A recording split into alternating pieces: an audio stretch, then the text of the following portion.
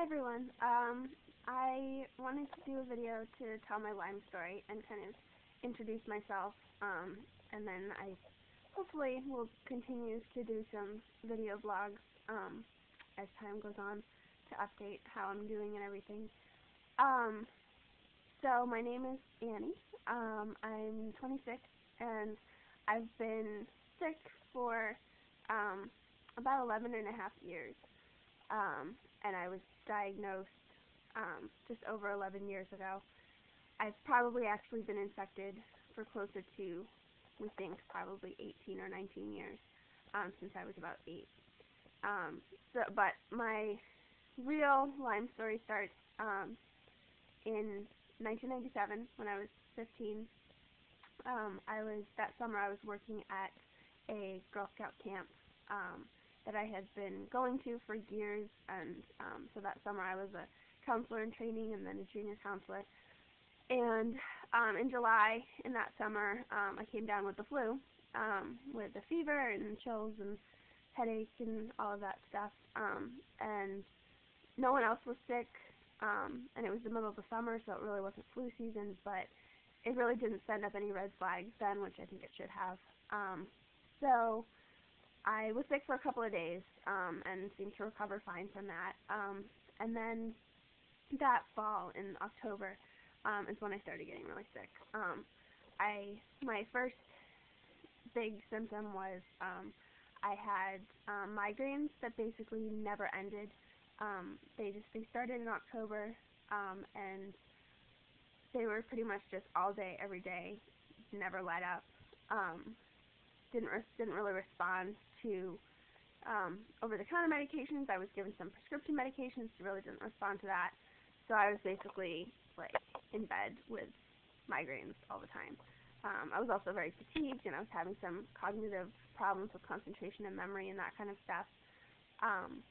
And so that started in October. I was seeing a chiropractor at the time who actually brought up Lyme disease as a possibility of, what was causing all of that. And so she's the one who actually,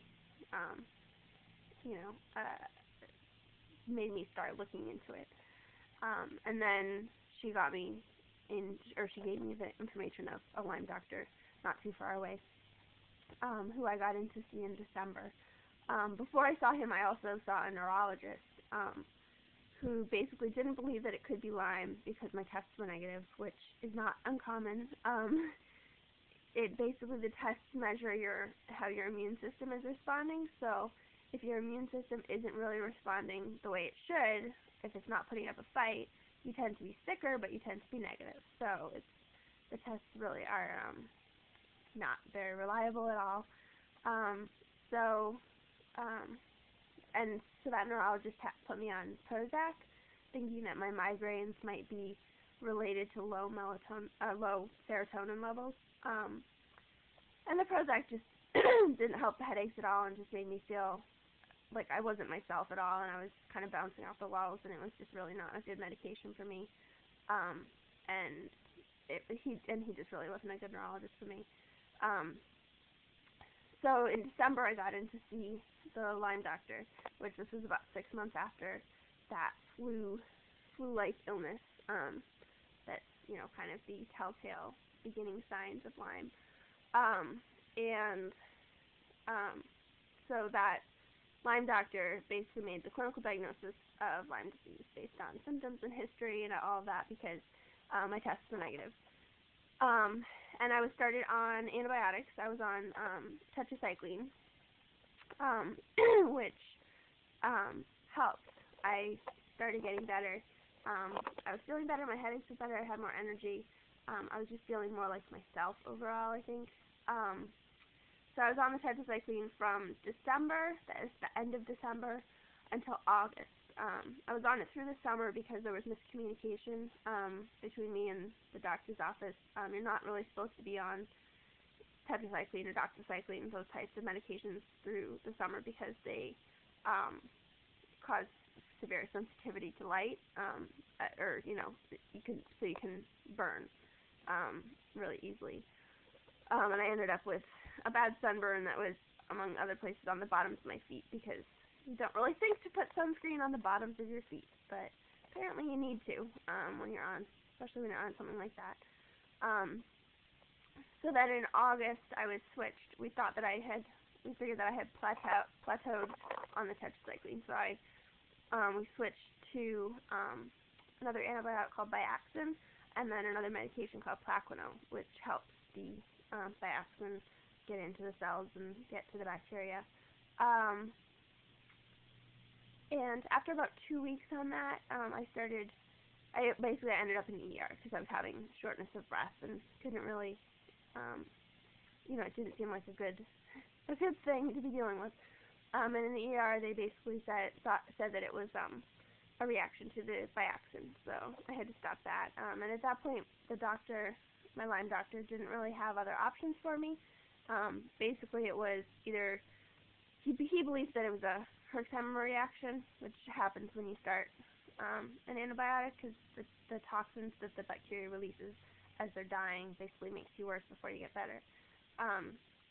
He thought it was a Herx, so he said either I could stay on the Biaxin and Plaquenil and deal with the shortness of breath, which I wasn't about to do, or I could go back on tetracycline, which I basically didn't feel was helping me anymore, or I could just go off antibiotics. So I chose the third option. So I went off of antibiotics, and this was in the beginning of my junior year of high school. I had been homeschooled. I started homeschooling in my sophomore year after being in public school for 4 years. I was homeschooled when I was younger. So it was a blessing in disguise that I decided to be homeschooled. So I was totally homeschooled all of my sophomore year, and then my junior year I was going to school for English, which was good to kind of get in and see my friends and socialize a little bit. This was the beginning of my junior year, so I was taking English at school, and so I went off of antibiotics, and I wasn't, I was still having symptoms. I was still sick, but I was functional. I could go to school and do the work for the one class and do the work for the couple of classes that I was doing with tutors, and kind of manage. So I made it through my junior year, and I made it through my senior year, and I actually graduated with my class. I got to walk with them at graduation, and pretty much unheard of for homeschoolers to be able to do that. And now they've put a rule in place in my school district that you're not allowed to do that. Homeschoolers are not allowed to do this and that and the other, which is too bad. But I had a really good principal at the time who really stood up for me and helped to make sure that I got what I needed and everything. So then I went off to college. This is the fall of 2000. Went off to college, not too far away. It was about an hour away from home. But kind of the stress of going to school, moving away, all of that stuff caught up with me, and I started getting really sick again. So in January of 2001, I found a new doctor, a new Lyme doctor, and she tried me on, one antibiotic after another, and they really weren't helping. So she figured that it would be a good idea for me to go to someone who was maybe a little more knowledgeable, because she was kind of not as knowledgeable as a lot of other doctors, Lyme doctors. So I started seeing another Lyme doctor in New York, not New York City, but not too far away from there. And he diagnosed me along with the Lyme. I got the diagnosis of babesiosis and Bartonella, and I was treated for both of those. The babesia treatment seemed to help somewhat. The Bartonella treatment really didn't, and then after the first course of treatment, I tested positive again, so I was treated again and got really sick from that second treatment. And at that point, this was the spring of 2002, and I was on a leave of absence from school, a medical leave of absence, and I decided that I really needed to pursue intravenous treatment because I wasn't really getting better on orals, and the doctor in New York won't prescribe IVs for patients who live very far away, and I was 4 hours away. So he gave me the name of another doctor on the Cape who, or no, not on the Cape, in Rhode Island, who would probably be willing to oversee intravenous treatment. So I went to see him and basically went into the office and said, look, I have Lyme.